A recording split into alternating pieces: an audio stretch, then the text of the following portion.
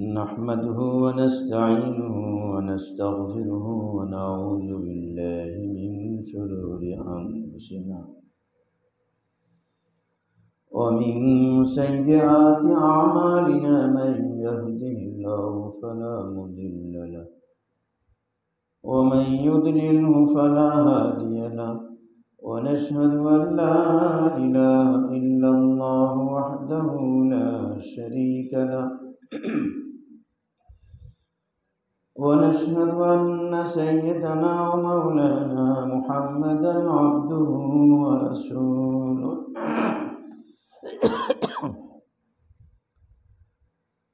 أما بعد فأعوذ بالله من الشيطان الرجيم بسم الله الرحمن الرحيم فمن يرد الله أن يهديه يشرح صدره للإسلام وقال رسول الله صلى الله عليه وسلم المرء على دين خليله فلينظر أحدكم من يخالل محترم दोस्तों बुजुर्गों দুনিয়াতে মানুষের তবিয়ত স্বভাব জন্মগত মানুষের স্বভাবের চাহিদা যে জিনিসটা গ্রহণ করবে সেটা দেখে এই জিনিসটা দেখতে কেমন, আকর্ষণীয় কিনা, সৌন্দর্যপূর্ণ কিনা, জিনিসটা সুন্দর কিনা, এটা মানুষের জন্মগত অভ্যাস। আল্লাহ রাব্বুল আলামিন সৌন্দর্য দুই রকম বানিয়েছে, একটা অস্থায়ী আর একটা স্থায়ী। অস্থায়ী সৌন্দর্য এটা পরীক্ষা, আর স্থায়ী সৌন্দর্য এটার পাওনা, প্রতিদান। দুনিয়াতে সুন্দর জিনিসের পিছনে পড়ে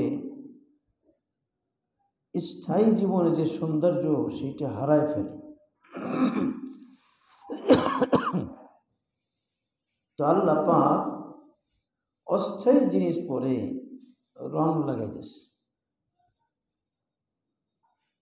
অস্থায়ী জিনিসের পর রং লাগাইতেছে। মানুষ দুনিয়ার মাটির থেকে তৈরি, দুনিয়ার পশু জীবজন্তু মাটির দ্বারা তৈরি, গাছপালা মাটির দ্বারা তৈরি। যেগুলি মাটির দ্বারা তৈরি ওগুলি মাটি হয়ে যায়। এই মাটির উপরে আল্লাহ রাব্বুল আলামিন অস্থায়ী রং লাগাইতেছে, ডিস্টেম্বার করে দিচ্ছে। যে এই অস্থায়ী সৌন্দর্যের পিছনে পড়ে স্থায়ী সৌন্দর্যকে সে অবহেলা করে কিনা, সৌন্দর্যকে সে বাদ দেয় কিনা, এটা পরীক্ষা। লিয়াবলুয়াকুম আইয়ুকুম আহসানু আমালা। তো মুহতারাম দোস্তর বুজুর্গ, রং রূপ একটা অস্থায়ী একটা স্থায়ী। মানুষ যে আজ দুনিয়াতে সৌন্দর্যের পিছনে দৌড়াইতেছে সব কিন্তু অস্থায়ী, সব অস্থায়ী। স্থায়ী থাকতো যে মানুষ মৃত্যু পর্যন্ত তার মধ্যে পরিবর্তন আসতো না। জীবনের সৌন্দর্য পেয়েছে, কোনো দিন বিলীন হতো না, এই মৃত্যু পর্যন্ত তার মধ্যে সৌন্দর্য রয়ে যেত।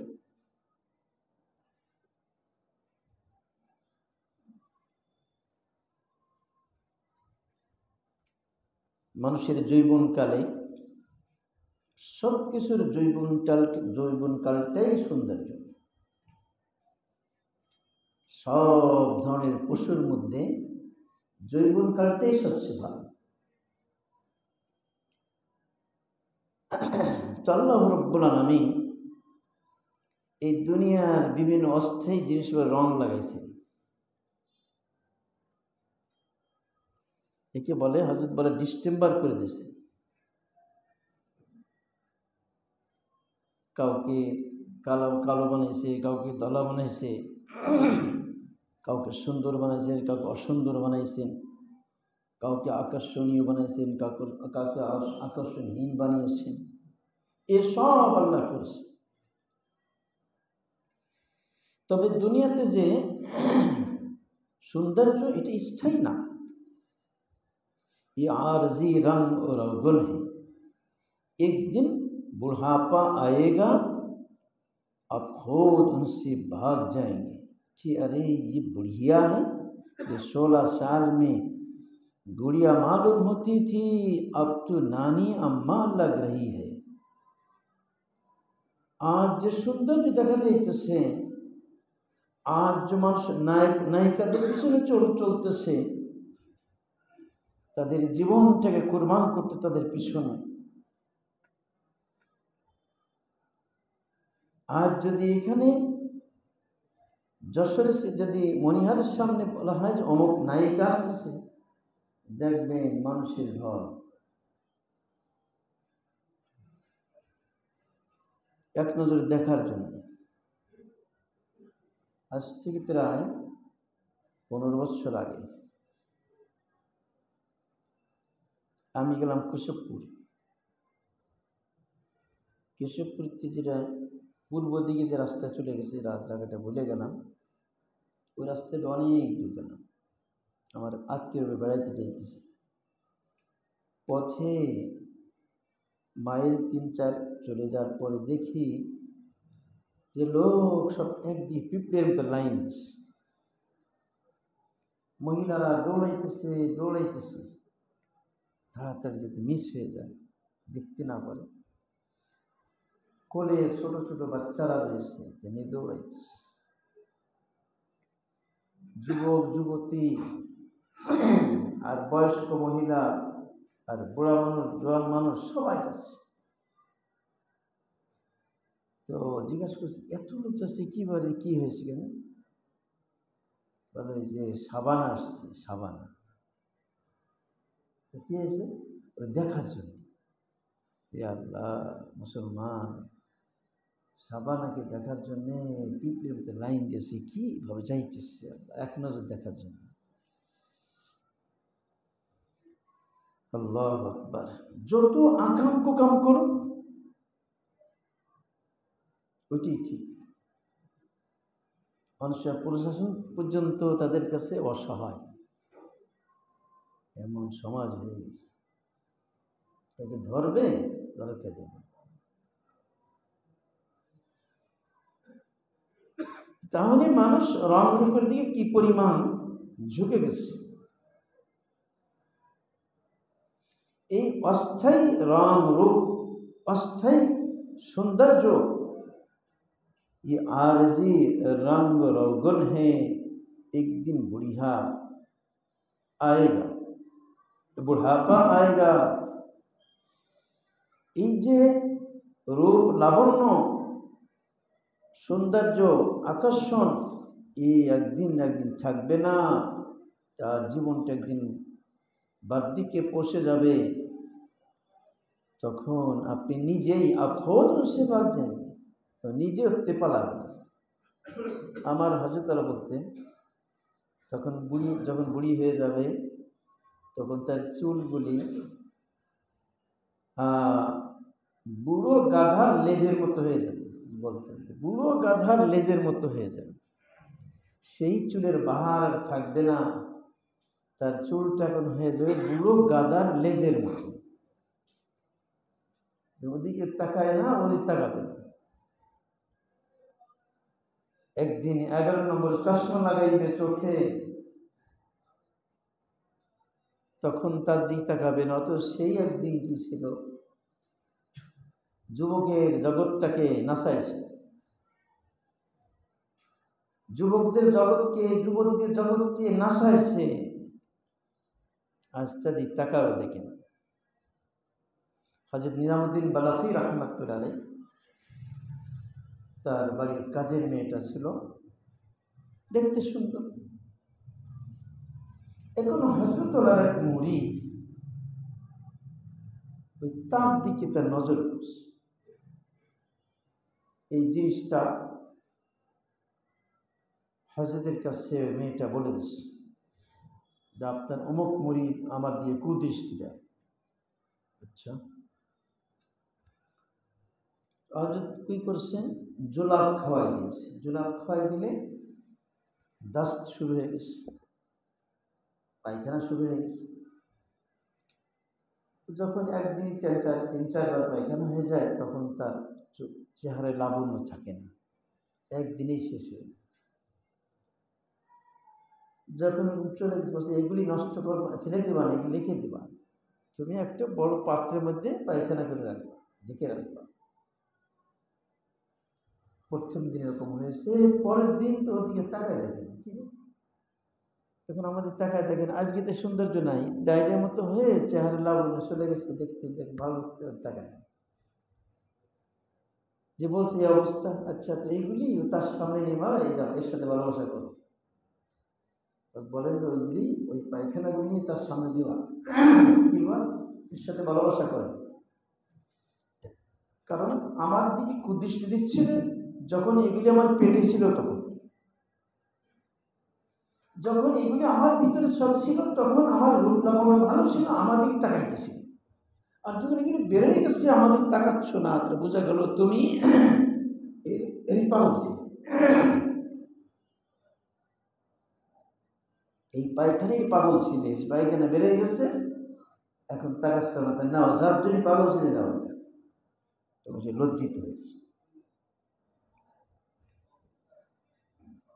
সেটা আল্লাহ পাক এক একজনকে এক এক চিকিৎসা দেয় করা, বুঝোটা দিলে চিকিৎসাই দিন।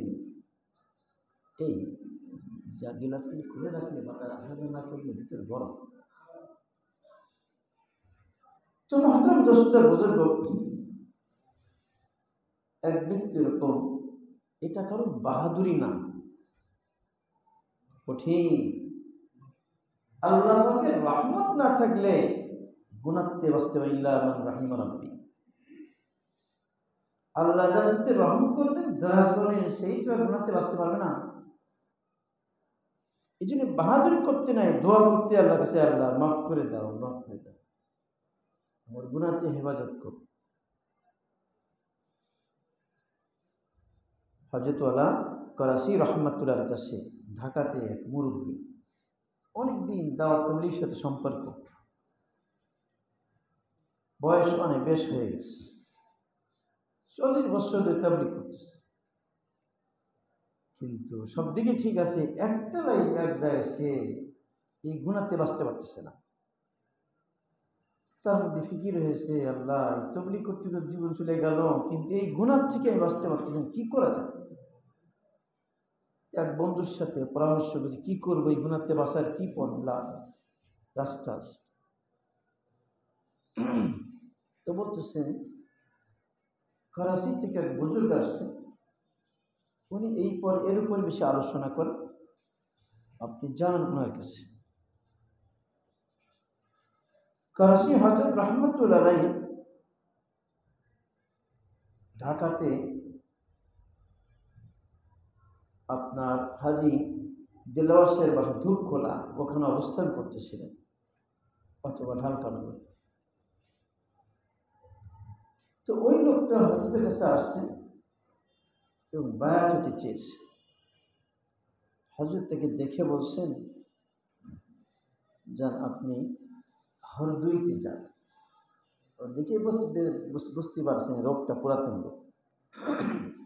রোগ যখন পুরাতন হয়,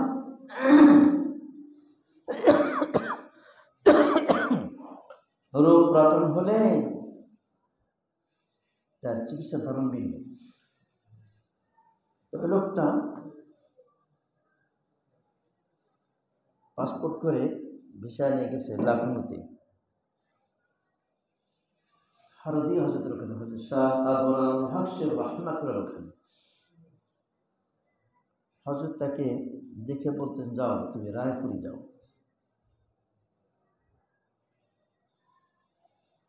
হযরত ইলিয়াস রাহমাতুল্লাহ যেখানে যাইতে বলতেন, ইলিয়াস রাহমাতুল্লাহ ইন্তেকালের 12 তারিখ শেষ, 13 তারিখে পড়েছে, 12 তারিখে রাতে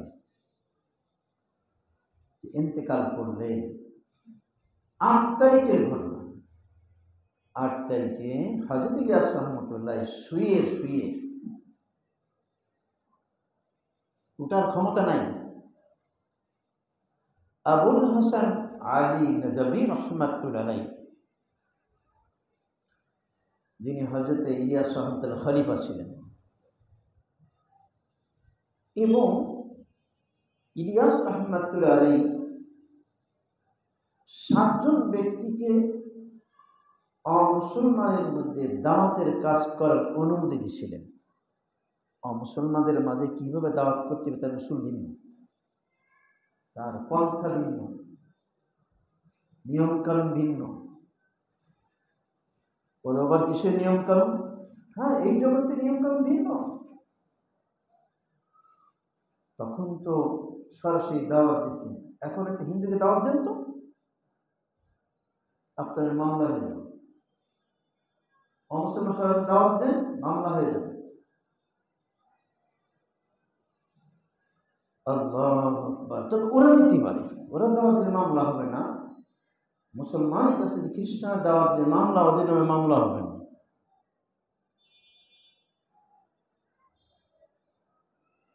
এমন এক যুগ, কিন্তু দাওয়াত তো দিতে হবে। কোন পন্থায় দিলে মামলা হবে না, কোন পন্থায় দিলে দাওয়াতের কাজও হয়ে যাবে, দিনে দাওয়াত পৌঁছে যাবে, কোন পন্থায়? এটা হযরত ইলিয়াস রাহমাতুল্লাহ 7 জন ব্যক্তিকে দিয়েছিলেন অনুমতি। তার মধ্যে একজন আমাদের এখানে আসছিলেন, একবার ট্রেনিং আসছিলেন, আসলেই দেখলাম যে তরিকা ভিন্ন। তো পরবর্তীতে আবার আসার পরিকল্পনা ছিল, কিন্তু তার আগের দুনিয়াতে তিনি চলে গেছেন। তো আবুল হাসান আলী নদভী রাহমাতুল্লাহ আলাইহি, যিনি হযরত ইলিয়াস রাহমাতুল্লাহ চিঠি এক জায়গায় করে পুস্তিকা রচনা করেছেন, মাকাতিব ইলিয়াস, ওইরকম মালফুজাত ইলিয়াস, ইলিয়াস দ্বীনি দাওয়াত, এসব আলাদা লিখছেন, উনি লিখছেন আবুল হাসান আলী নদভী। তো আবুল হাসান আলী নদভী রাহমাতুল্লাহ আলাইহি তাকে ডাকছেন, তিনি আসছেন, বলতেছেন আমি হযরত ইলিয়াস রাহমাতুল্লাহর মুখে ঠোঁটের কাছে কান লাগাই দিচ্ছি, শোনা যাচ্ছে না, আস্তে আস্তে এত আওয়াজ ক্ষীণ হয়ে গেছে, দুর্বল। তো 8 তারিখে উনি বলতেছেন দুটা জিনিসের কথা, বেশি বেশি জিকির করবা, আর জামাত চিল্লার জন্যে, এক চিল্লার জন্যে রায়পুরি আব্দুল কাদের রায়পুরির কাছে পাঠাবা। কাদের বলতেছেন, উদ্বুদ্ধ করতে বলতেছেন যে দাওয়াত তবলিগ সম্পর্ক। আর মাকাতিব ইলিয়াস রাহমাতুল্লাহ 130 পৃষ্ঠা আছে, ওখানে আছে যে রায়পুরি আব্দুল কাদের রায়পুরি রাহমাতুল্লাহ ওখানেই এদেরকে লিস্ট পাঠাও যে কারা 12 তসবিহ করতেছে, তারা কি সেইগুলো দিচ্ছে জিজ্ঞাসা করে করতেছে না মন ইচ্ছা মতো করতেছে, এই লিস্ট পাঠাও এবং তাশকিল করে করে জামাত তৈরি করে পাঠাও, আব্দুল কাদের রায়পুরির খানকে পাঠাও। সাল লাগাইছে, চিল্লা লাগাইছে, অর্থাৎ দাওয়াত তবলিগের সিলসিলার এই সাল, এই চিল্লার পাশাপাশি খানকার চিল্লা লাগাতে বলো। সেই আব্দুল কাদের রায়পুরি রাহমাতুল্লাহ কাছে পাঠাচ্ছেন কেডা? হযরত শাহ আবরাল হক রাহমাতুল্লাহ আলাইহি, ওই ঢাকার ওই মুরব্বী আবরাল হক রাহমাতুল্লাহ আলাইহি তাকে বলেন যাও তুমি রায়পুরি যাও, রায়পুরি এখানে 3 দিন থাকবো, তবে আসবা। রায়পুরি যে 3 দিন থাকছে কোনো পরিবর্তন নেই, অর্থাৎ সেই কুদৃষ্টির ভাব যায় নাই। বেগানার দিকে চোখের হেফাজত করবে, আসছে না, পুরাতন রূপ তো ও তো ফিরে আসে হজরতে আবরুল হক সাহেব রহমতুল্লাহর কাছে বলতেছেন, হজরত আমি তো গেছিলাম, তো কোনো কাজ হয়নি। যেই বলছে কাজ হয় নাই, হজরত এমন একটা তাড়া মারছে, এমন এক ধমকতেছে, এই কাটি কেটে উঠেছে, ওই দিকে উঠেছে, বাস কাজ ছাড়া আর কোনোদিন আর কুদৃষ্ট হয়। বুজুর্গরা দিনের চিকিৎসা এক এক রকম চিকিৎসা দেয়। মন্ত্র দোস্তর বুজুর্গ দাওয়াত তবলিগের মজলিসে গেলে দাওয়াত তবলিগ ফিকির হয়, এটাও দরকার। আর একটু হলো আমলের পরিবেশে আসলে, জিকিরের পরিবেশ থাকলে সেখানে আমল করতে মন চায়, সবটাই দরকার। এই কারণেই তো মুহাম্মদ আরবি সাল্লাল্লাহু আলাইহি ওয়াসাল্লাম বলতেছেন, আলাইকুম বিমাজালিসিল উলামা বিমুজালাসাতিল উলামা ওয়া ইসতিমা'i কালামিল হুকামা। তোমরা উলামাদের মজলিসে বলবা, মক্কার উলামাদের মজলিসে বলবা, আর আল্লাহ ওয়াদের হিকমতপূর্ণ কথা দিনের কাদর শুনবা। ফাইনাল্লাহ তাআলা ইহয়িল কালবাল মাইতা বিনুল হিকমা। কেমন আল্লাহ পাক হিকমতপূর্ণ কথার দ্বারা মুর্দা দেহকে জিন্দা করে দেন। কামা ইহয়িল আরদাল মাইতাতা বিমাদি ওয়াবিল মাতার। যেমন নাকি আসমানের বৃষ্টি দ্বারা, মেঘের বৃষ্টি দ্বারা মুর্দা জমিনকে জিন্দা করে দেন। এটাই তো থানি রহমতুল্লাহ বলতেছেন। কি আশ্চর্য কথা! হযরত থানি রহমতুল্লাহ কি লিখতেছেন? কি লিখতেছেন? হযরত আমি তো অবস্থা আমার এরকম, কানপুর থেকে চিঠি লিখতেছি। আমি পড়তাম, আওয়াবিল পড়তাম, তাহাজ্জুদ পড়তাম। এখন তো আমার তাহাজ্জুদ কাজা আসছে, আওয়াবিলে ছুটে যাচ্ছে। ইশা চার সব ছুটি, ইশাকে নামাজ ছুটে গেছে, চারটি নামাজ ছুটে গেছে। কিছুদিন পরে আবার লিখছে, এখন তো আমার জামাতও ছুটে যাচ্ছে। এখন জামাতের সাথে নামাজ পড়তে পারে, জামাতও ছুটে যাচ্ছে। তারপর আবার লিখছে, এখন তো আমার ফরজ নামাজও খতরার মধ্যে পড়ে গেছে, মানে ফরজ নামাজ কাজা হয়ে যাচ্ছে। তাই প্রথম তাহাজ্জুদ, ইশা, কাবিন স্টার্ট বাদ গেছে, তারপর জামাতের নামাজ বাদ গেছে, এইবারে নামাজও বাদ যাচ্ছে। এই যে তিনবার চিঠি লিখছে, হাকিমুল বাদশাহ আশরাফ আলী থানভী রহমাতুল্লাহ চিঠির উত্তর লিখতেছেন, मालूम होता है कि तुमको सालिहीन की सोहबत मुयस्सर नहीं है।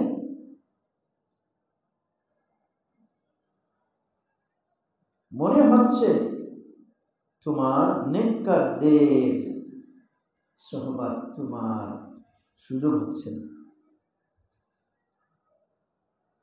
আল্লাহ আমাদের নেক সোহবত তোমার কপালে জুটতেছে না।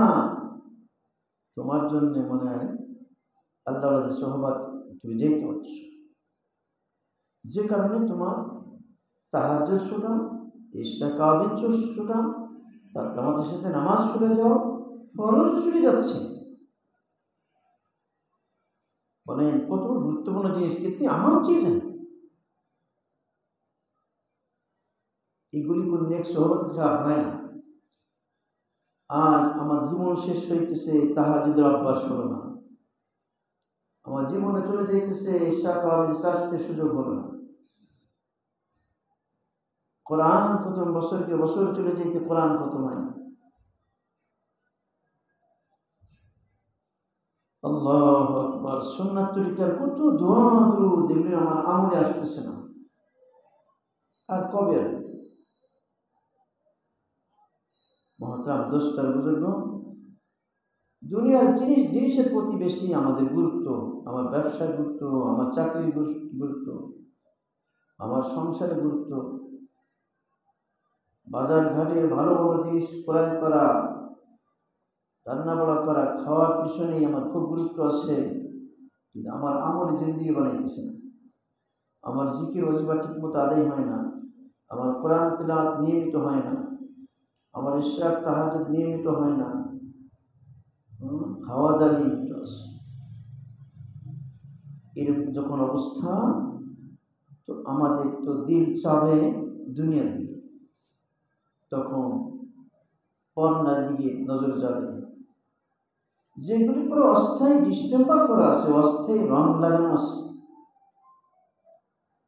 আজ এত এত রং রূপ, আজ এত সৌন্দর্য লাবণ্য, কিন্তু কাল যখন সে বুড়ি হয়ে যাবে, তখন তো নানি হয়ে গেছে, এখন তার দিকেও তাকাবে না। হযরত করসি সন্দর্ভ উল্লেখ করেছেন, কমর যুগ কে মিসলে কামানি হই, कोई ना हुआ कोई नानी हुई। বার্ধক্যের কারণে তার কোমর ঝুঁকে গেছে, বেঁকা হয়ে গেছে, কেমন যেন ধনুকের মতো। কেউ নানা হয়েছে, কেউ নানি হয়েছে। उनके बालों पे गालिब सफेदी हुई, कोई दादा हुआ कोई दादी हुई। তার চুলের মধ্যে চুল সাদা হয়ে গেছে, কেউ দাদা হয়েছে, কেউ দাদি হয়েছে। फिर जब जोग्राफिया और शक्ल खराब हो जाएगी तो आप भागेंगे, लेकिन जिंदगी जो जाए हुई उसका क्या इलाज है। এখন তার জীবনে পরিবর্তন ঘটেছে, তার সৌন্দর্য নষ্ট হয়ে গেছে, তার আকৃতি বিগড়ে গেছে, নষ্ট হয়ে গেছে। এখন তাকে দিকে পলাইতে, তার দিকে তাকায় না, বুড়ির দিকে দেখে। কিন্তু জীবনের যে সময়টা আমার নষ্ট হয়ে গেছে গাড়িগুলোর পিছনে, तार की चिकित्सा तार की हो। इसलिए मैं कहता हूँ कि हसीनों के जोग्राफिया पर मत मरो। এই জন্যই বলে থাকি, সৌন্দর্যের উপর নিজেকে মরো না, অর্থাৎ সুন্দরীদের জীবনের তাদের সৌন্দর্যের পরে তুমি মরো না। এটা তো নষ্ট হয়ে যাবে, বিগড়নে वाली শিখলে এই তো আজ যে সৌন্দর্য আছে এটা নষ্ট হয়ে যাবে। उसको देखने से आप बागड़ बला तो हो सकते, आरिफ बिल्ला नहीं हो सकते। बागड़ बिला तो हो सकते, आरिफ बिल्ला नहीं हो सकते। এদেরকে দেখে এদের পিছনে দৌড়াই তুমি আল্লাহ ওয়ালা হতে পারবে, আরিফ বিল্লাহ হতে পারবে না। खूब सुन लो, ভালো করে শুনে নাও। फिर ना कहना हमें खबर ना हुई, পরে এই কথা বলবা না যে আমি তো জানতে পারিনি। अब इस पर भी मेरा एक शेर है, এই সম্পর্কে আমার ছন্দ আছে। हसीनों का हुस्न बिगड़ जाता है तो बेवकूफ लोग वहाँ से ऐसा भागते हैं। সুন্দরদের সৌন্দর্য যখন নষ্ট হয়ে যায় তখন নালায়করা এরকম পলায়, जैसे गाधा शेर को देखकर, जब गाधा बाघ दिखे पलाए। हमारा सौंदर्य इधर जोग्राफिया बदला, उधर तारीख भी बदली, ना उसकी हिस्ट्री बाकी ना मेरी मिस्ट्री बाकी। এদিকে তার জীবনের পরিবর্তন ঘটেছে, ইতিহাসে পরিবর্তন ঘটেছে, তার হিস্ট্রিও নাই আর এর মিস্ট্রিও নেই। এই জন্য অস্থায়ী সৌন্দর্যের পিছনে ना दौड़ाए, स्থায়ী সৌন্দর্য অধিকারী আল্লাহ পাক, সে আল্লাহ পাকের দিকে दिल के लगाओ। उसने फानी से अहलुल्लाह के इस्तिगना की वजह। अल्लाह वाला जरा सुंदर अस्थायी সৌন্দর্যের পিছনে দৌড়ায় না। कहाँ जाते हो दोस्तों, বন্ধুরা কোথায় যাইতেছেন? আল্লাহ पर मन कर देखो, अल्लाह জন্য মরো, আল্লাহর জন্য মরো। ये बताओ कि सारी दुनिया की लाइलाओं को नमक कौन देता है? বলুন তো দেখি, সমস্ত জগতের যত সুন্দরী আছে লাইলা, এদের সৌন্দর্য কে দিয়েছে? জলদি বাতাও জওয়ানো, যুবকরা তাড়াতাড়ি বলো। আল্লাহ কে দিয়েছে? আল্লাহ দিয়েছে। ये सब कुछ अल्लाह के देवा। तो जिसके दिल में वो खालिक मुमकिनात लाइला कायनात आता है, तो যার দিলের মধ্যে এই সমস্ত সৌন্দর্য সৃষ্টিকর্তা, এই সমস্ত সুন্দরীদের সৃষ্টিকর্তা যার দিলের মধ্যে এসে যাবে, অর্থাৎ আল্লাহ যার দিলের মধ্যে আসবে, जिसके दिल में सारी लैलाओं का नमक देने वाला आता है, जार दिलेर मध्य समस्त सुंदरीदेर जे सौंदर्य देने वाला जात अल्लाह पाक जे एसे जाए और उन मरने वाली लाशों उसके चक्कर में नहीं आते। তারা এই দুনিয়া যারা মরে যাবে, খতম হয়ে যাবে, এই সৌন্দর্য থাকবে না, এদের চক্করে লাশ হয়ে যাবে, এদের চক্করে পড়ে না। যারা আল্লাহ পাকের দিকে নজর থাকে, সে আল্লাহকে কেমন করে রাজি করবো, সে আল্লাহর সাথে কেমন সম্পর্ক করবো, তার জীবনের সময়টা এটাই, সে পুরো সময়টা ব্যয় করে আল্লাহকে রাজি খুশি করার জন্য। সেই জন্য সে কোনমা ইশা কোনমা সাত তাহার যদি পাবন্দি করতে থাকে, জামাতের সাথে শুধু না, আবার তকবীর ওরা পাবন্দি শুরু করে দিয়েছে, ওইরকম সমস্ত নফল নামাজের পাবন্দি শুরু করেছে। আর রাত্রেবেলা এক সময় মাওলার সামনে নিজের মাথাকে রেখে আল্লাহর সামনে চোখের পানি ছেড়ে দিয়ে মাওলার সাথে কানেকশন করার চেষ্টা করে। এইভাবে জীবনটাকে কীভাবে আল্লাহকে খুশি করব, এই পিছনে আর জীবনটা লাগাই দিতে থাকে। আর আল্লাহ পাক এরকম বান্দাবান্দি তাদের চেষ্টাকে এটা বিফল দেন না, আল্লাহ পাক তাদের এই চেষ্টাকে কবুল করেন এবং তার মহাব্বত দান করেন। साहिब निस्बत कल्ब को विशाल रजत आता है, जरा अल्लाह वाला তার দিলের মধ্যে যে একটা স্বাদ পায়, আল্লাহ পাক স্বাদটা দেন কেমন স্বাদ, দৃষ্টান্তহীন স্বাদ, যে স্বাদের কাছে পৃথিবীর কোনো স্বাদ কিছুই না। खुद अल्लाह ताला उसके कल्ब को वो लज्जत देते हैं, स्वयं अल्लाह पाक তার দিলের মধ্যে স্বাদ দেন, মজা দেন कि सारी दुनिया के रोमांटिक पागल क्या जा रही है इस नाम की लज्जत को। समस्त दुनिया रोमांटिक, এরা এই রোমান্টিক পাগল, এদের কি জানবে ये अल्लाह पाक के नामेर स्वाद की। मौला रूमी रहमत से पूछो ये स्वाद जरा रूमी का जिज्ञासा करो, और अल्लाह के आशिकों से पूछो, और जरा अल्लाह आशिक তাদের কাছে জিজ্ঞাসা করো আল্লাহ পাকের স্বাদ, জাতের মধ্যে আল্লাহর নামের মধ্যে কি মজার স্বাদ। फरमाते हैं बालक याराम शक्र अच्छा खबर, अच्छी खबर, मैं जब अल्लाह कहता हूँ तो इतनी मिठास मालूम होती है, আমি যখন আল্লাহ বলি তখন এত মিষ্টি লাগে, এত মজা লাগে कि शुक्र জানেন क्या जाने, এর মিষ্টি चीनी की जाने, चीनी तेको स्वाद, इस मिठास को। शुक्र तो मखलूक है, चीनी तो एक अल्लाह सृष्टि मखलूक, और अल्लाह का इतना मखलूक है, और अल्लाह का कोई हमसर और कुफू नहीं है, और अल्लाह के कोई समकक्ष क्यों नहीं, वलम यकुल लहू कुफुवन अहद। हाँ दोस्तों, शुक्र खोस्तर या आके शुक्र सार, ये दुनिया वाला ये चीनी बेसी मजा ना चीनी देने वाला बेसी मजा। ऐ दोस्तों, कमर खस्तर या आके कमर साथ, ऐ दिल ये चांद ज्यादा हसीन है, ये चांद का बनाने वाला ज्यादा हसीन है। हे दिल, ये चांद बे सुंदरी ना, एक चांद जिनी बने से तार सौंदर्य बेसी भालो। अहले मजाक की बेचैनियाँ, इसलिए देख लो कि लैलाओं के चक्कर में सब के सब रोमांटिक, और दुनियाएं रोमांटिक सब बाहर अटलांटिक में गर्भ है। देखे ना যারা লাইলাদের পিছনে পড়ে, এই সমস্ত নায়িকাদের পিছনে পড়ে, তাদের ওই দুনিয়ার সমস্ত লাইলা যে সুন্দরীদের পিছনে পড়ে, তাদের তারা জীবনকে সেই পিছনে দিতেছে, তারা কেমন যেন আটলান্টিক সমুদ্রে ডুবে যাইতেছে, অর্থাৎ তাদের জীবনটাকে শেষ। ये सब डन इन स्टक या आउट ऑफ स्टक हैं इस मुल्ला की ज़बान से अंग्रेजी अल्फाज भी सुन। और जब उसमें आलोचना माঝে মাঝে इंग्लिश शब्द ব্যবহার করতে, তাই বলতেছে মোল্লার কাছে কিছু इंग्लिश शब्दों से सीखो, सुने नाओ। सारी रोमांटिक परेशान है, जरा सौंदर्य पागल एদের रोमांटिक बोले, एरा परेशान, किसी को भी बस चैन नहीं आए, कारो दिले शांति नहीं। मैं कसम खाकर कहता हूँ, আমি कसम के बोलते पारी कि बाहिसियत तबीब और हकीम होने के, আমি যেহেতু হাকিম পড়েছি, তিব্বিয়া কলেজে হাকিমি পড়েছি, এই জন্য সেই হিসেবে বলতেছি যে आज तक जितने नौजवान मरीज मेरे पास आए, आज পর্যন্ত যত যুবকেরা যুবক রোগীরা আমার কাছে आए और कहा कि नींद नहीं आती, इसे কি বলে, ঘুম আসে না। तहकीकात की तो मालूम हुआ कि उनका दिल कहीं लगता नहीं है, ना किसी कारोबार में लगता है, ना अम्मा अब्बा के पास लगता है, हर वक्त दिल घबराता है। तो ये बात घूम আসে না।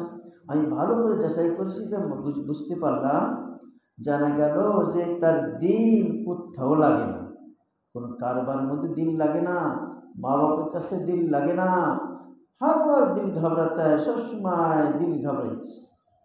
मैंने कहा कि कहीं ना कहीं आपकी गाड़ी फंस गई है। আমি তো বলি না, নিশ্চয়ই তোমার গাড়ি কোনো জায়গায় আটকে গেছে। গাড়ি যে কাদা আটকে যায়, উঠাইতে গেলে কত লাগে, নিশ্চয়ই তোমার দিলের গাড়ি কোনো জায়গায় ফেসে গেছে, আটকা পড়ে গেছে। अल्लाह अकबर। दिल के चैन का वाहिद रास्ता, তাহলে এখন দিলের শান্তির জন্য, প্রশান্তির জন্য একটাই রাস্তা है, विकल्प कोई रास्ता नहीं, एकटाई रास्ता। अल्लाह ताला तो फरमाते हैं कि हमारी याद ही से तुम्हें चैन मिलेगा। अरे चैन पावा কোথায়? তুমি দিলের প্রশান্তি কোথায় পাইবা? পাবা না।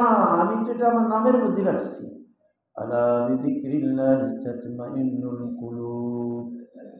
अल्लाह पाक दिलेर प्रशांति तार बंदगी मध्य रखছে। तुम्हारी माँ के पेट में तुम्हारा दिल मैंने बनाया, तुम्हार मायर गर्भे आमी तुम्हार हृदय के बनाइছি, आमी बोला बनाइছি। और उस दिल की मशीन का तेल भी मैंने कुरान पाक में नाजिल कर दिया, और ওই मशीन तेलों आमी कुरान पाकेर मध्य नाजिल करेছি कि जितना मुझे याद करोगे, আমাকে যত স্মরণ করবা, इतना ही चैन पाओगे। যে পরিমাণ আমাকে স্মরণ করবা, ওই পরিমাণ তুমি কি পাইবা? প্রশান্তি পাবে। और याद की दो किस्में, अल्लाह के स्मरण করবো দুই ভাবে।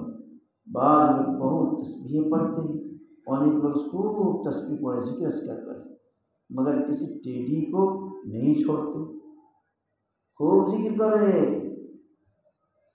कुरान तिलावत करे, किंतु टेढ़ी एकटाও বাদ যায় না। जब नमाज का हुक्म हो जाए तो नमाज पढ़ो, नमाज जब हुक्म है नमाज पढ़ो। अब जब सड़कों पर चलो तो अपनी नजर की हिफाजत करो, और रास्ते पर चलो तो अपनी दृष्टि हिफाजत करो। किसी की माँ बहन बेटी को मत देखो, कर माँ बहन में के देखो ना, पूछ लो उलमा हजरत से, उलमा इकराम जिज्ञासा करो कि ये कुरान पाक का हुक्म है नहीं, এটা আল্লাহর কোরআন দিছে কিনা, এই কোরআন পাকের হুকুম কিনা?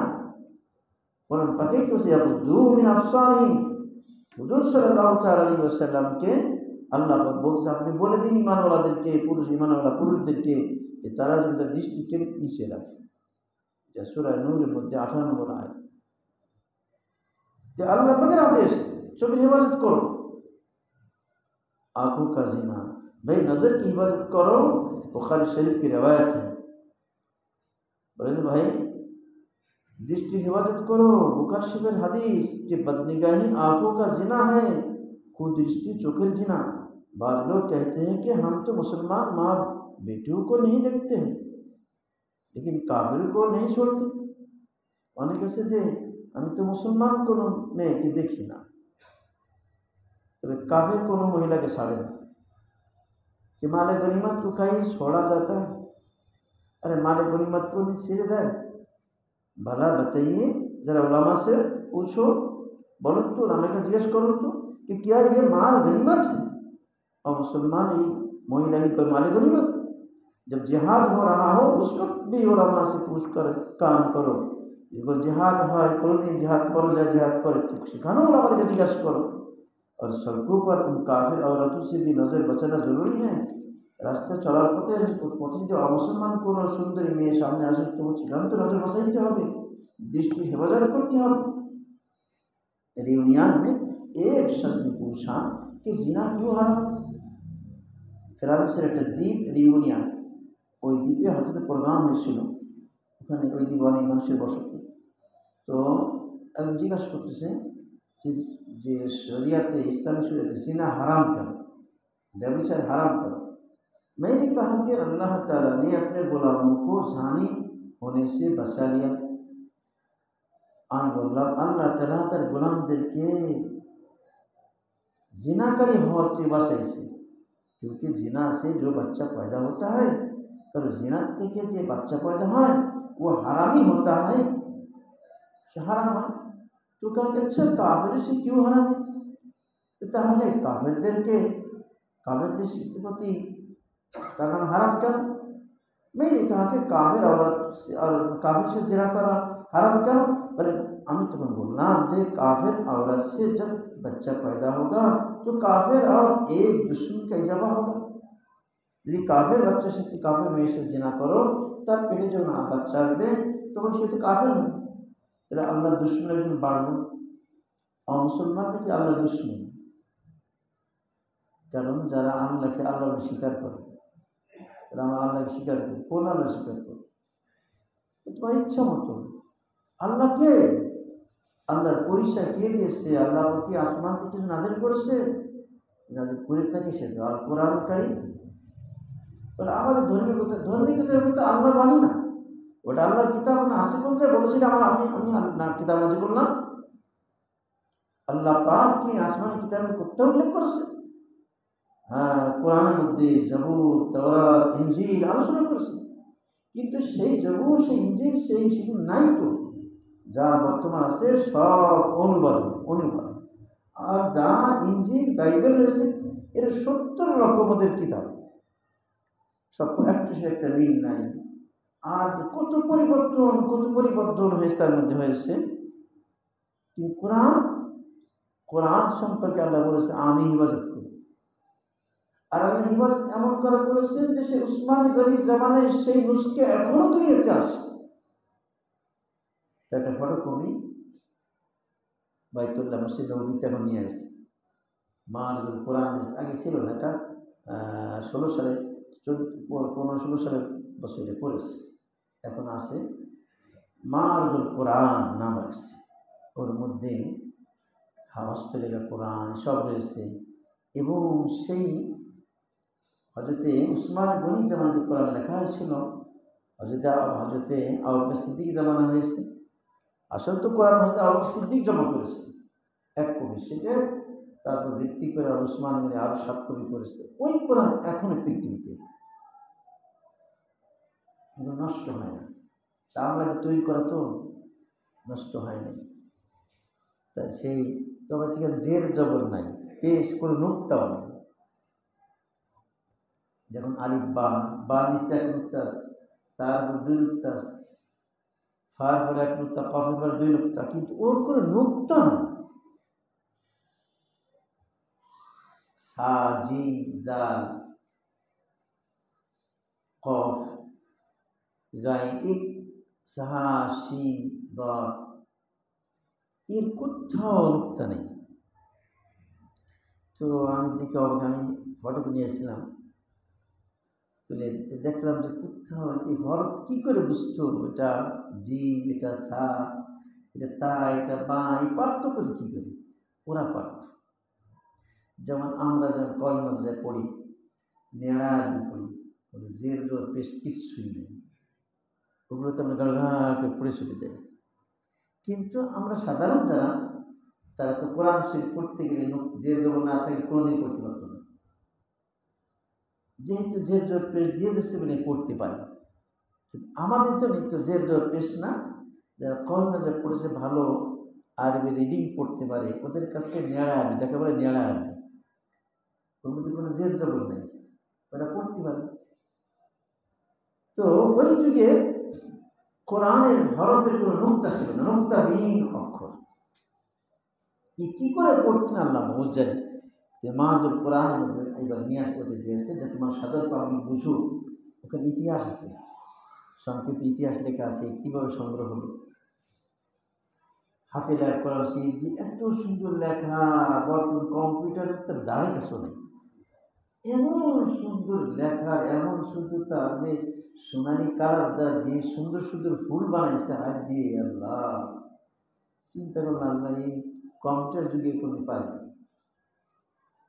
এত সুন্দর হাতের দ্বারা কোরআন লেখা যায়, এত সুন্দর ফুল বিভিন্ন রঙের। তো আল্লাহ দেখেন তার সব আসে।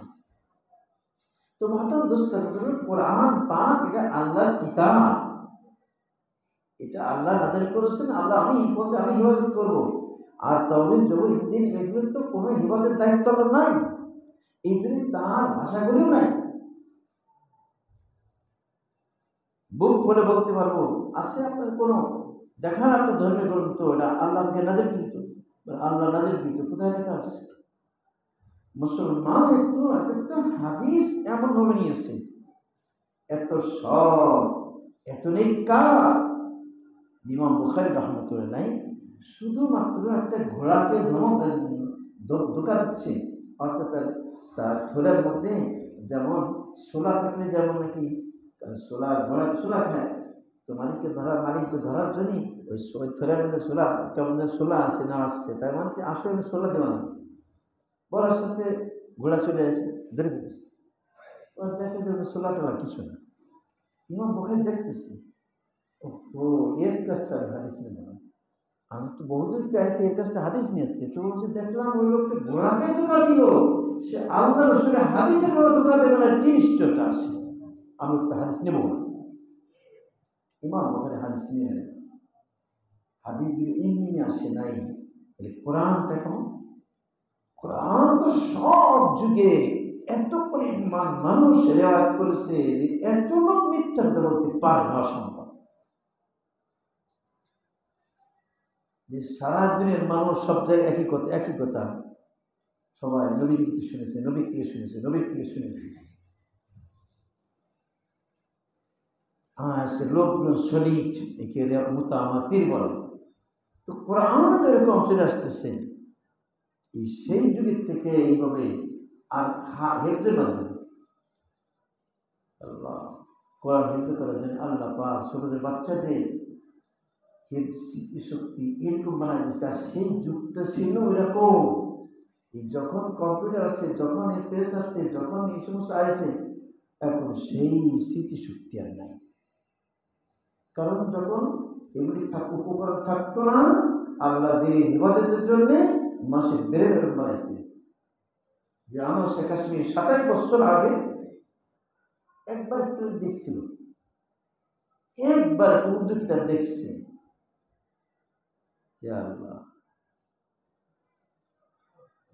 তারপর 7 বছর পরে যখন পড়ে উঠছে, সবাই দেখছে এখানে এই ওই বাক্যটা নাই। আমার শেখ কাশ্মীর নাম এটা অসম্ভব। আমি দেখছি আসুন নিয়ে আসুন, নিয়ে আসে অরিজিনাল পাওয়া গেছে। এরা মুসলমান পক্ষ হয়েছে। কিন্তু সব হতবাক হয়েছে যে আপনি জানেন কে? বলে আমি 17 বছর আগে একবার এই কোথায় দেখা দেখতে পড়ছিলাম, যখন পড়ছি তখন সেন্টেন্স পাচ্ছি না। এই তো আমার শেখ কাশ্মীর বুখারী গেছে মিশরে, নুরুল নিজাম, এত সুন্দর কিতাব। ওই জাদুঘরে একটাই আছে, কারণ ওটা আনতে পারে ফটোশুট করা ছিল না, মেশিন ছিল না। তুমি বলে শুরুতে শেষ পর্যন্ত দেখছে, দেখে নিয়ে আসে ছাপাই দিচ্ছে, ওর থেকে ভালো হয়েছে। সেইটা এখন সারা বিশ্বে চলতেছে নুরুল ইজাম। তো আমার শেখ কাশ্মীর এই 1400 বছর ব্যক্তি আগের যুগের লোক কেমন ছিল? সাহাবাদের এরকম ছিল যে বাচ্চা দুধের বাচ্চা 6 মাসের বাচ্চা তারও কম কোলে করে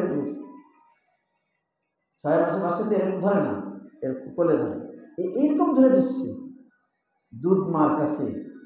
তখন তার পায়ের পাতাটা একটু আগলা হয়ে গেছে।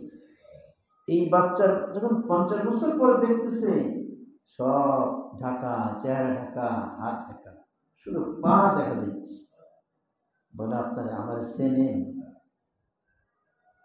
চিনলাম না তোমারে। মুখ তো সব ঢাকা, 15 বছর চোখটা দেখা যাচ্ছে, চিনলাম না তোমারে।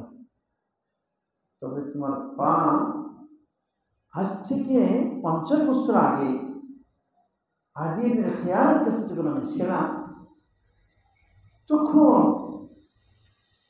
একটা মেয়ের কোল থেকে বাচ্চাকে নিয়ে আমি তার দুধ মাতার কাছে দিতেছিলাম। তখন বাচ্চাটার পাটা আগলা হয়ে গেছিল, সেই বাচ্চার পায়ের সাথে তোমার পায়ের মিল আছে। তাহলে 50 বছর ব্যক্তির পায়ের সাথে শিশু 3 মাসের পায়ের কি মিল আছে? তাও কে বলছে? ওয়াহশী, যে হযরত হামজাকে শহীদ করেছিল। এই ওয়াহশী বলতেছে বুখারীতে 16 পারায় বদর যুদ্ধের ঘটনা মধ্যে আছে। এই উহুদের যুদ্ধের ঘটনা। উহুদের যুদ্ধে কেমন করে শহীদ হয়েছিল হযরত হামজা, এই ঘটনা ওনার সরাসরি মুখ দিয়ে শোনার জন্য সিরিয়ায় গেছে। তো বলতেছে যে আচ্ছা উবাইদ ইবনে আদির খিয়ার সাথে আছে, বলছে এখানে ওয়াহশী আছে, তো হযরত হামজা রাদিয়াল্লাহু তাআলা আনহুকে শহীদ করেছিল, তো কিভাবে শহীদ করেছিল তার কাছেই শুনি। হ্যাঁ, তো চলো যাই। এই তখন তার কাছে ঢেকে ঢুকে গেছে যাতে চিনতে না পারে, সম্পূর্ণ মাথা ঢাকা, সব শুধু চোখ কোন দেখা যাইতেছে। এ বলতেছে আমি চিনি না, পা দিকে তাকে বলতেছে ইয়া আল্লাহ। তো যারা 1-1.5 মাসের বাচ্চার পা দেখে 50 বছর বয়সের ব্যক্তির পায়ের সাথে মিলাইতে পারে, তাদের স্মৃতিশক্তি কেমন ছিল? রাসূল পাক সাল্লাল্লাহু আলাইহি ওয়াসাল্লামকে আবু বকর সিদ্দিক কান্দে করে যাইতেছে যে আবু বকর সিদ্দিক পা পড়বে, পদচিহ্ন দেখে দেখে চলে যাবে। তাই রাসূলুল্লাহ সাল্লাল্লাহু আলাইহি ওয়াসাল্লাম মাঝে মাঝে উপর বেরিয়ে আসছে, তারপরে পাথরের মধ্যে হেঁটে যাচ্ছে, পাথর করে পা লাগলে কি নিদর্শন আমরা কিছুই বুঝবো না।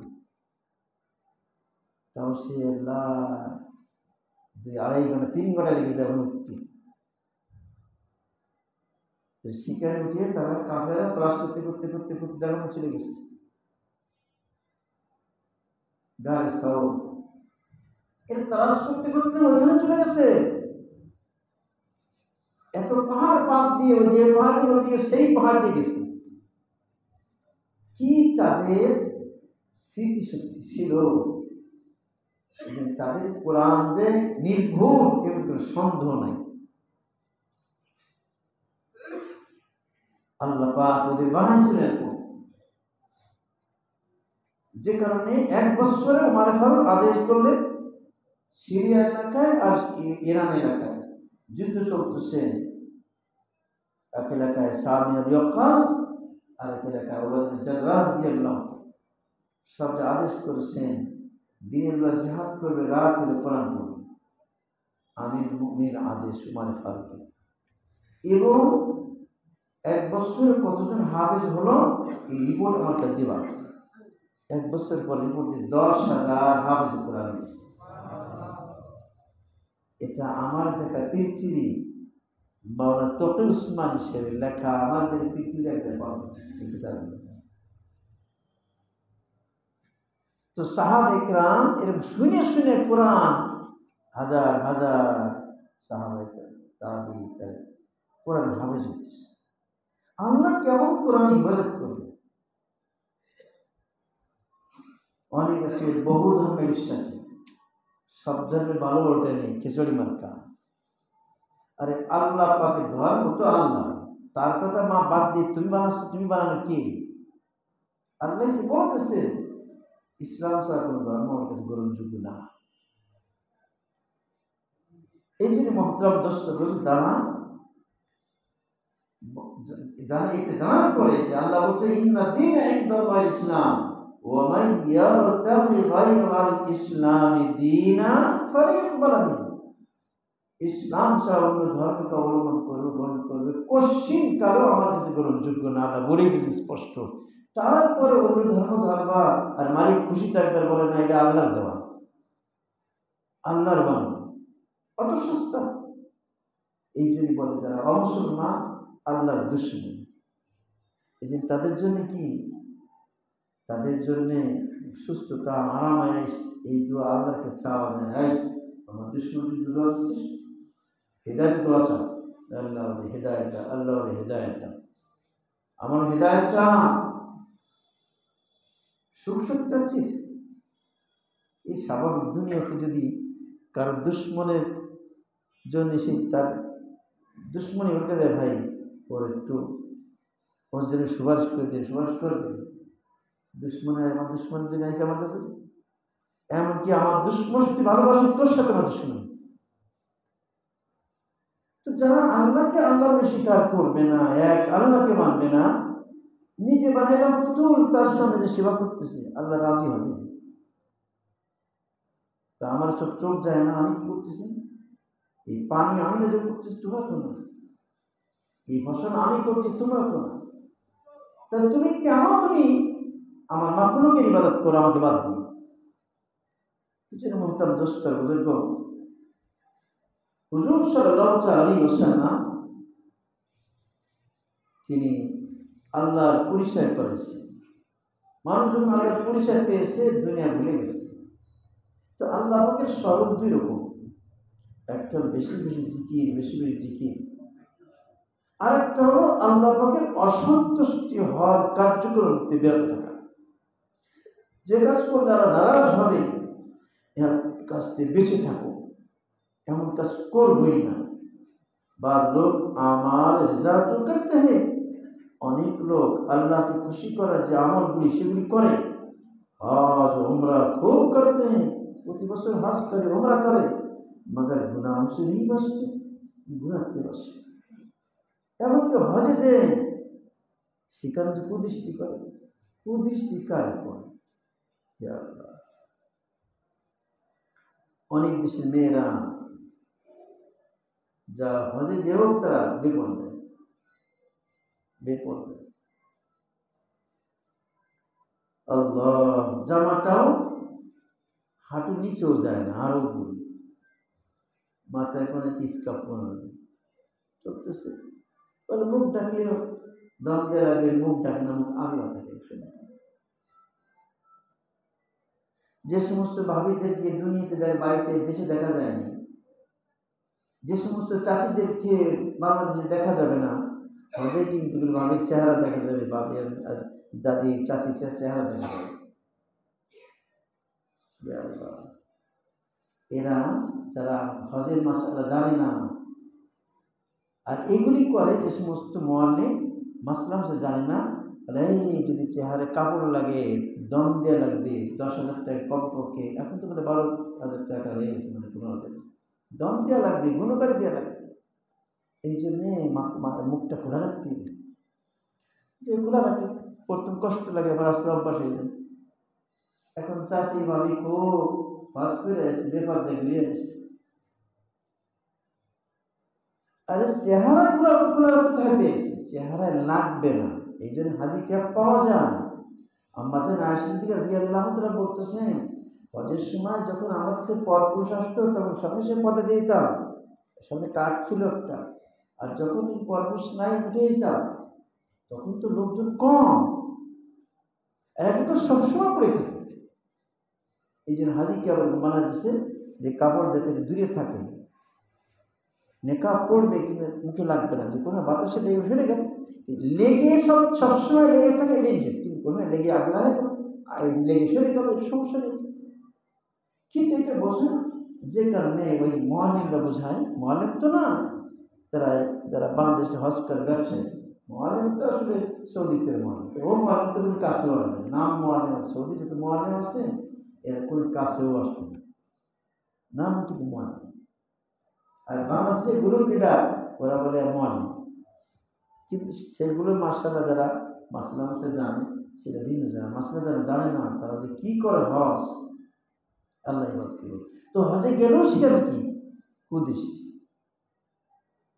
কুদৃষ্টি,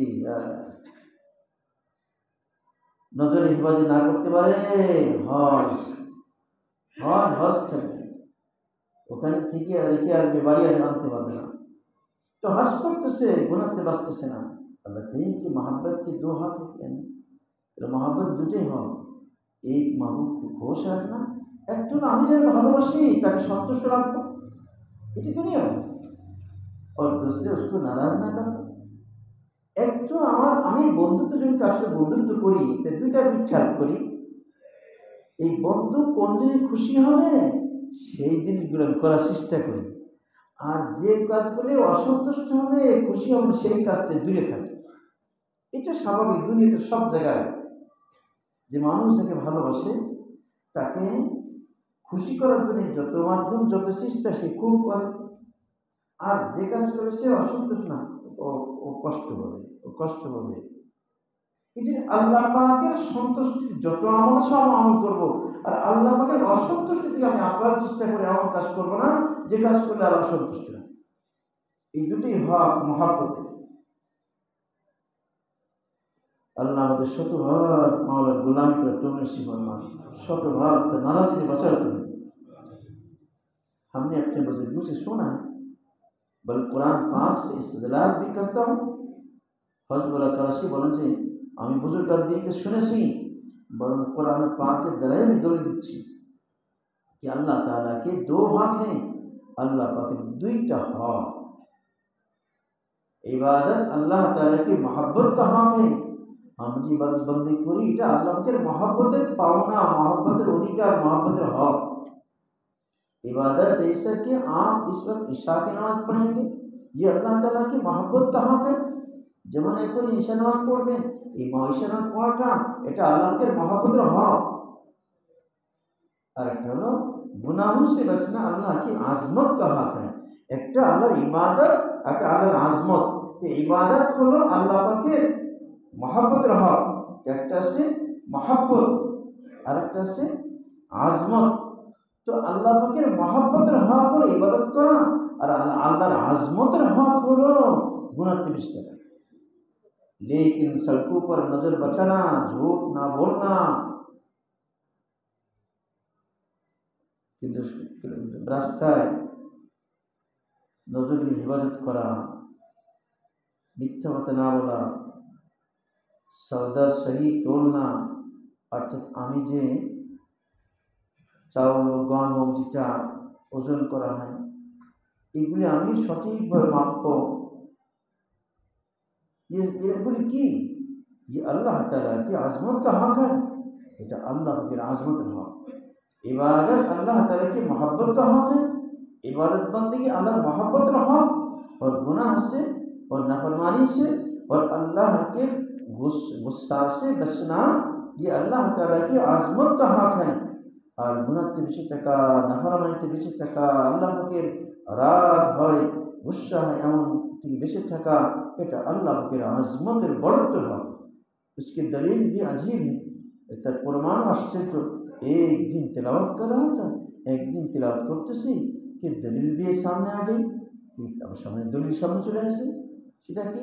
मा लकुम ला तर्जूना लिल्लाहि वक़ारा। क्या हो गया नालायको कि तुम अल्लाह की अज़मत का ख्याल नहीं करते हो? क्या हो गया नालायको, এই অযোগ্যরা কি হয়েছে তোমাদের যে তোমরা আল্লাহর আজমতের খেয়াল করতেছো না?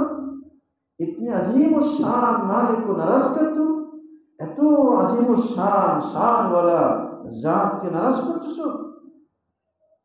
बदायूं एक यूपी का शहर है, बदायूं कोई अपना मुरादाबाद का से बदायूं के शहर, जिसको हकीमुल उम्मा मज़ाहन फरमाया करते थे, যেটা মজা করে হাকিম উম্মত থানে বলতেন कि बदायूं ही था मुहावरा उर्दू का। एक बदायूं एरকম ছিল कि वहाँ एक शायर गुजरा है, फानी बदायूनी। तो ওখানে কবি ছিল যেটা बदायूनी, फानी बदायूनी। एक दिन उसकी बीवी नाराज हो गई, तो नाम ছিল फानी बदायूनी। एक दिन তার बीवी असंतुष्ट হয়ে গেছে और बोलना छोड़ दे। अब उसे बोले ना, कथा बोले ना, क्यों जबान बंद हो, किसी बोले ना, चुप हो गए। तो जालिम का शेर सुनो तब पता चलेगा। तो उन्हें वही जालिमेर शब्द सुने बुझा जाए कि अल्लाह ताला के नाराज़ी से हमें कितना डरना चाहिए, अल्लाह के नाराज करते की बड़े भय करा दरकार।